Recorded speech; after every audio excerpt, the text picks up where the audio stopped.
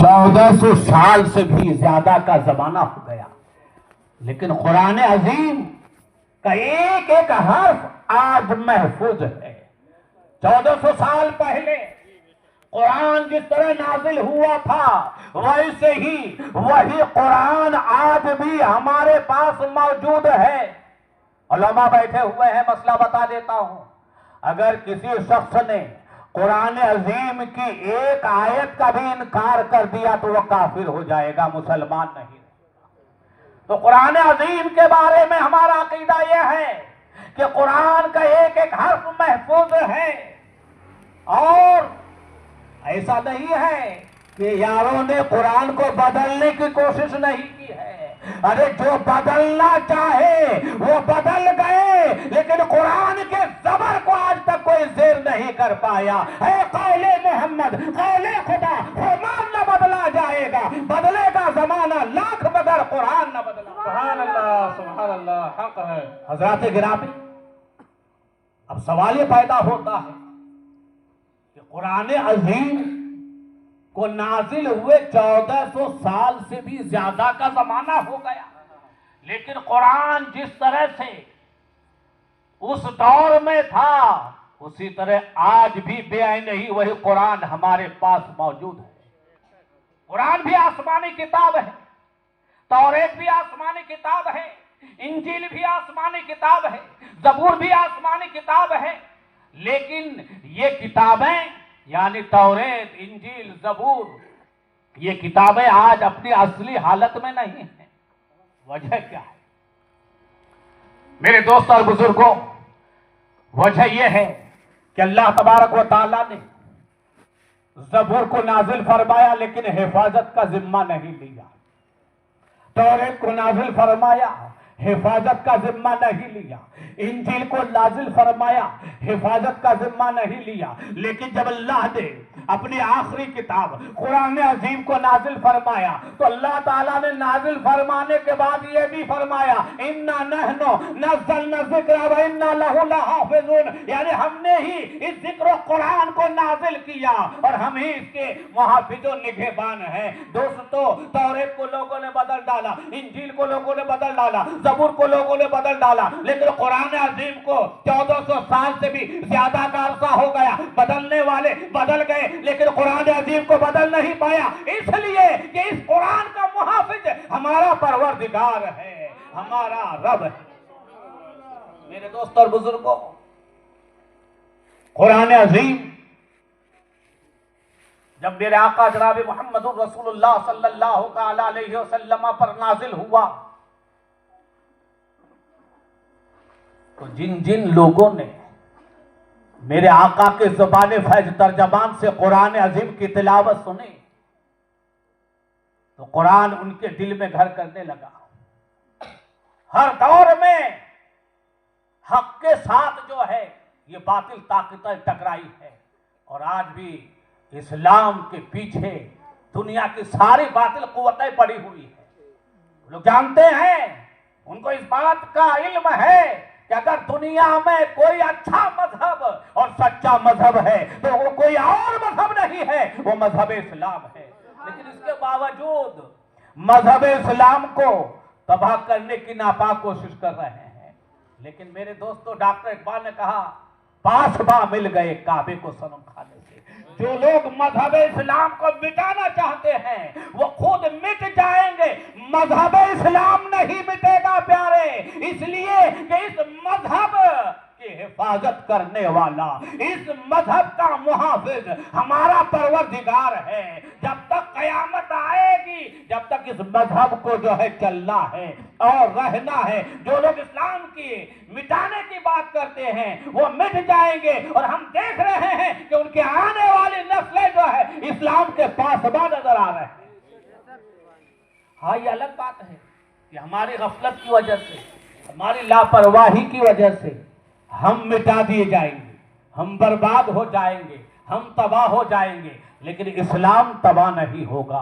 हजरत गिरामी, मेरे आका सल्लल्लाहु ताला अलैहि वसल्लम ने जब मक्का की सरजमीन पर कुरान अजीम की तिलावत की तो अरब के बड़े बड़े फुसहा बुलोगा वह हैरान और शर्मसार रह गए। ये कलाम तो किसी इंसान का कलाम नहीं मालूम हो रहा है, ये तो खालिक इंसान का ही कलाम हो सकता है। लेकिन हर धर्मी और कठहुज्जती की इंतहा हो गई। उन लोगों ने प्रोपेगेंडा करना शुरू किया कि मोहम्मद अरबी सल्लल्लाहु ताला अलैहि वसल्लम जो कलाम हमको सुना रहे हैं ये तो इंसान का बनाया हुआ कलाम है।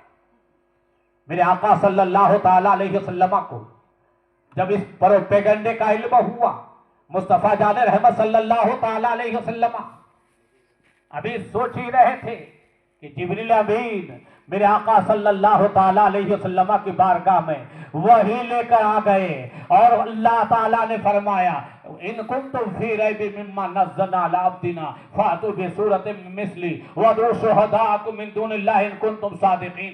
ऐ महबूब सल्लल्लाहु ताला अलैहि वसल्लम इन जलालत और गुमराही के रहबरों से और अंधेरे के मुसाफिरों से कह दीजिए कि अगर तुम्हें कुरान अजीम के कलाम इलाही होने में शक है तो इसके मिस्ल एक सूरत तो बना कर ले आओ।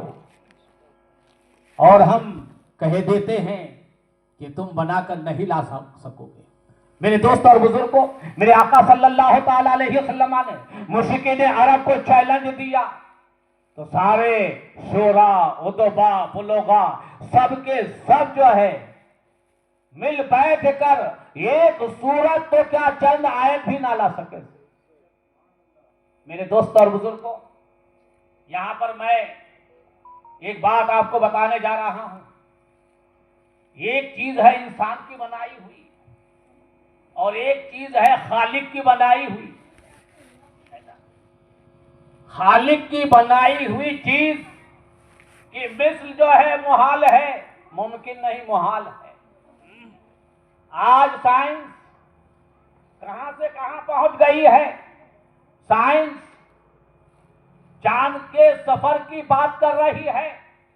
साइंसदान पूरी दुनिया को मुसख्खर करने की कोशिश कर रहे हैं, लेकिन उन तमाम साइंसदानों को मेरा चैलेंज है कि अल्लाह की एक मामूली मखलूक चूंटी है, तुम उसे बनाओ। अरे चूंटी की हम शक्ल तो बना लोगे, रूह कहां से लेकर आओगे? तो अल्लाह की बनाई हुई चीज के मिस्ल मुहाल है। अल्लाह की बनाई हुई चीज के मिस्ल जो है कोई बना नहीं सकता है, तैयार नहीं कर सकता है। लेकिन इंसान की बनाई हुई चीज की मिस्ल मुमकिन है। सबसे पहले एटम बम किस मुल्क ने बनाया? सबसे पहले एटम बम बनाने वाला मुल्क अमेरिका है। अमेरिका की देखा देखी चूल्हा फूकी रूस ने किया। रूस ने भी एटम बम बना लिया, फ्रांस ने भी एटम बम बना लिया, जर्मनी ने भी एटम बम बना लिया, चाइना ने भी एटम बम बना लिया, इंडिया ने भी एटम बम बना लिया, पाकिस्तान ने भी एटम बम बना लिया, बर्तानिया ने भी एटम बम बना लिया। आज ये जो ममालिक हैं, ये ममालिक एटमी ताकतें हैं। तो सबसे पहले एटम बम बनाने वाला मुल्क अमेरिका। अमेरिका ही के मिस्ल रूस ने बनाया, चाइना ने बनाया, इंडिया ने बनाया, पाकिस्तान ने बनाया। तो इंसान की बनाई हुई चीज के मिस्ल मुमकिन है, लेकिन अल्लाह की बनाई हुई चीज के मिस्ल मुमकिन नहीं बल्कि मुहाल है। पूरी दुनिया के साइंसदान एक मामूली चूंटी नहीं बना सकते। मेरे आका जनाब मोहम्मद रसूलुल्लाह सल्लल्लाहु ताला अलैहि वसल्लम पर जब कुरान नाजिल हुआ तो कुफ्फारे अरब मुश्रिकीन मक्का ने कहा ये इंसान का कलाम है, इसको हम खुदा का कलाम नहीं मानते। तो मेरे नबी सल्लल्लाहु ताला अलैहि वसल्लम पर अल्लाह ने वही फरमाई, ए महबूब इन काफिरों से कह दो, इन मुश्रिकों से कह दो, अगर तुम इसको अल्लाह का कलाम नहीं मानते हो कुरान अजीम को, तो फिर इसके जैसे इसके मिस्ल एक सूरत तो लाकर बताओ। चुनांचे पूरे अरब के शोरा बोलोगा फसोहा सबके सब जो है मिल बैठकर एक सूरत तो क्या, अरे ये चंद आयत भी ना ला सके। इसी मफहूम को मेरे सरकार आला हजरत अजीमुल बरकत इमाम अहले सुन्नत ने यूं बयान फरमाया है, तेरे आगे यूं है तबेलते फुसहा अरब के बड़े बड़े, कोई जाने मुंह में ज़बान नहीं बल्कि जिस्म में जान है। हजरात गिरामी, उस दौर से लेकर आज तक ये चैलेंज जो है मौजूद है, लेकिन आज तक कुरान अजीम की एक सूरत तो क्या दुनिया चंद आयतें पेश। अब सवाल ही पैदा होता है कि अल्लाह तबारक तआला ने अपने आखिरी नबी पर आखिरी किताब नाजिल फरमाई, और आप जानते हैं कि कुरान अजीम अरबी जुबान में नाजिल हुआ। अब आपके हाशिए जहन में यह सवाल उभर सकता है, ए अल्लाह, तूने आखिरी किताब को हिंदुस्तानियों की जुबान में क्यों नहीं नाजिल फरमाया? पाकिस्तानी बोल सकता है कि पाकिस्तान की जुबान में क्यों नहीं नाजिल फरमाया? चीनी कह सकते हैं कि चीन की जुबान में क्यों नहीं नाजिल फरमाया? किसी और जुबान में कुरान अजीम को क्यों नहीं अल्लाह ने नाजिल फरमाया? मेरे दोस्त और बुजुर्गों, अंबिया किराम दुनिया में तशरीफ लाए और उस दौर में जिस चीज का ज्यादा जोर और चर्चा था, उस जमाने के नबी को अल्लाह ने उसी किस्म का एक मोजज़ा अता फरमाया। हजरत मूसा नबीना अलैहिस्सलाम के जमाने में जादू का बड़ा चर्चा था, जादू का बड़ा जोर था, तो हजरत मूसा अलैहिस्सलाम को उसी किस्म का एक मोजज़ा अल्लाह ने अता फरमाया। हजरत ईसा नबीना अलैहिस्सलाम के जमाने में इल्म तिब का बड़ा जोर और चर्चा था, हजरत ईसा अलैहिस्सलाम को अल्लाह तबारक व तआला ने उसी किस्म का एक मोजज़ा अता फरमाया। और हमारे नबी जनाब मोहम्मदुर रसूलुल्लाह सल्लल्लाहु तआला अलैहि वसल्लम के ज़माने में फसाहत और बलागत का बड़ा चर्चा था, तो अल्लाह तबारक व तआला ने फुसहाए अरब के सामने कुरान पाक नाजिल फरमाया। और जब अरब के फुसहा लोगों ने कुरान अजीम की फसाहत और बलागत को देखा तो अपनी फसाहत और बलागत को भूल गए और कुरान अजीम को खुदा का कलाम मानने पर मजबूर हो गए। मेरे दोस्त और बुजुर्गों, कुरान अजीम वो मुकद्दस किताब है कि इस किताब में हर चीज का खुला बयान है और हर रतबो याबिस का जिक्र कुरान अजीम के अंदर मौजूद है। यानी दुनिया में जितनी भी चीजें हैं वो दो हाल से खाली नहीं, या तो वो चीजें तर होंगी या खुश्क होंगी। तो इस कुरान में तर का भी जिक्र है, इस कुरान में खुश्क का भी जिक्र है। हजरत मौला अली रज़ी अल्लाह तआला अन्हु की विलादत का मौका है। हजरत मौला अली रज़ी अल्लाह तआला अन्हु के बारगाह में एक यहूदी आया। यहूदी ने कहा कि है अली, आपका कुरान फरमाता है कि इस कुरान में तर का भी जिक्र है और खुश्क का भी जिक्र है। ऐ अली बताइए।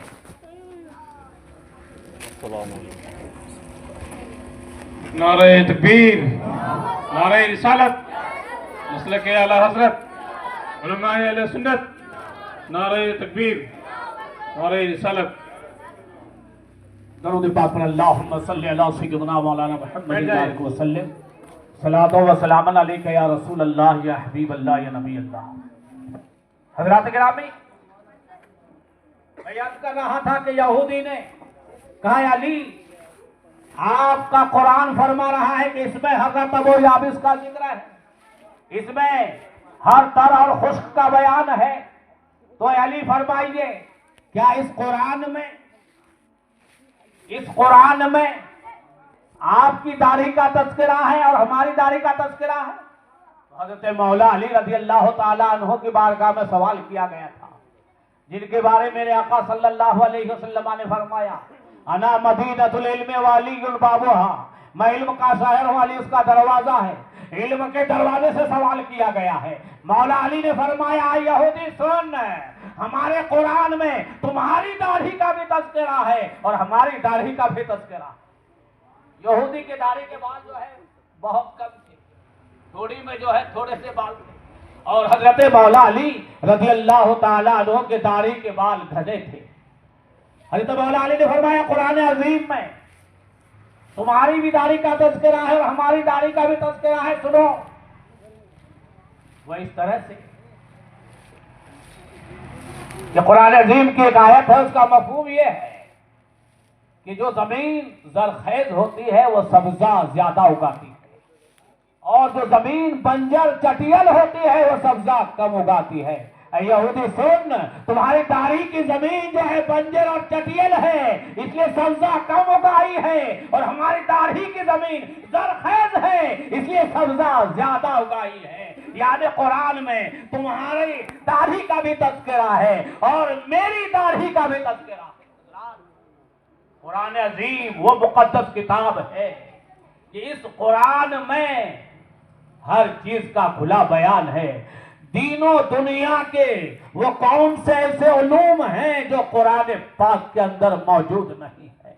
अल्लाह, दीनों दुनिया के सारे उलूम कुरान पाक के अंदर मौजूद, लेकिन हमारी ये बदकिस्मती कह लीजिए कि कुरान अल्लाह ने नबी पाक सल्लल्लाहु ताला अलैहि वसल्लम के वास्ते हमको अता किया है, लेकिन आज हम कुरान से इस्तेफादा नहीं कर रहे हैं। दुनिया कुरान के जरिए से आगे बढ़ रही है और पूरी दुनिया को मुसख्खर करने की कोशिश कर रही है, लेकिन ये मुसलमान हैं कि कुरान को पसे पुष्ट डाल दिए हैं और कुरान को ताक की जीनत बनाए हुए हैं। कुरान से मुसलमान इस्तेफादा नहीं कर रहे हैं, आज गैर कुरान से इस्तेफादा कर रहे हैं। हजरात, डॉक्टर इकबाल के बारे में आपने सुना होगा।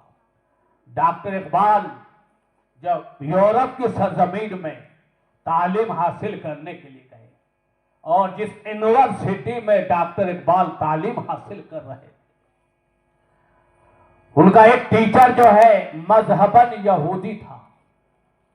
डॉक्टर इकबाल के बारे में जब उस यहूदी टीचर को मालूम हुआ कि इकबाल मुसलमान है, तो उस यहूदी टीचर ने कहा, जो साइंस और टेक्नोलॉजी का टीचर था, कहा इकबाल सारे बच्चों को, स्टूडेंट्स को जो है इजाजत है कि वो मेरे रूम में आए, और तुम मुसलमान हो, तुम मेरे रूम में नहीं आना।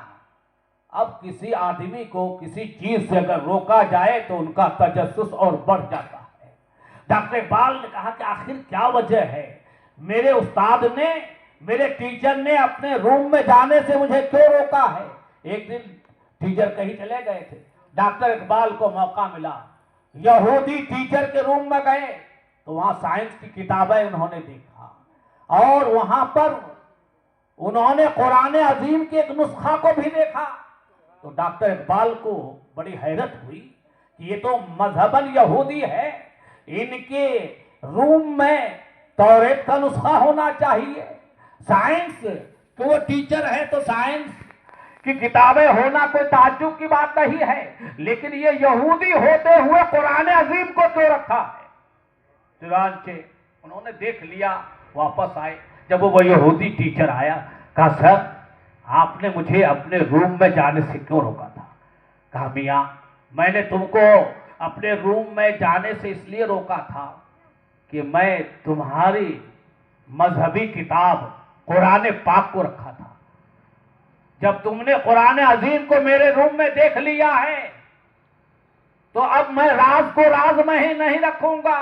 सुनो, हम साइंसदां हैं, साइंस की किताबें पढ़ाते हैं और हम दुनिया में नए नए इजादात करना चाहते हैं, दुनिया को अपनी मुट्ठी में लेना चाहते हैं। तो हमने तौरेत में देखा, वहां भी हमको कुछ नहीं मिला, इंजील में देखा, वहां भी कुछ नहीं मिला, ज़बूर में देखा, वहां भी कुछ नहीं मिला, और दीगर किताबों को छान मारा। आगे बढ़ने के लिए, दुनिया को मुसख्खर करने के लिए हमारे पास और कोई किताब नहीं है सिवाय कुरान के। वे हम कुरान पढ़ते हैं और आगे बढ़ते हैं। मेरे दोस्तों और बुजुर्गों, आज हमारी ये बदनसीबी नहीं है, आज का मुसलमान जो है गैरों का मोहताज नजर आ रहा है। इतनी अजीम शान किताब आपके पास होते हुए भी आप जिल्लत और रुसवाई की मंजिलें तय करते हुए नजर आ रहे हैं। मेरे दोस्तों, इस बेंच की सरजमीन को निगाहों के सामने लाइए, जहां मुसलमानों के उस जमाने में बड़े बड़े जामियात हुआ करते थे, बड़ी बड़ी यूनिवर्सिटियां हुआ करती थी, आज जो है हमारे साइंसदानों के नाम को बिगाड़ कर ये ले रहे हैं। यूरोप वालों ने इतनी खयानत की है, जब स्पेन की सरजमीन पर मुसलमानों के बड़े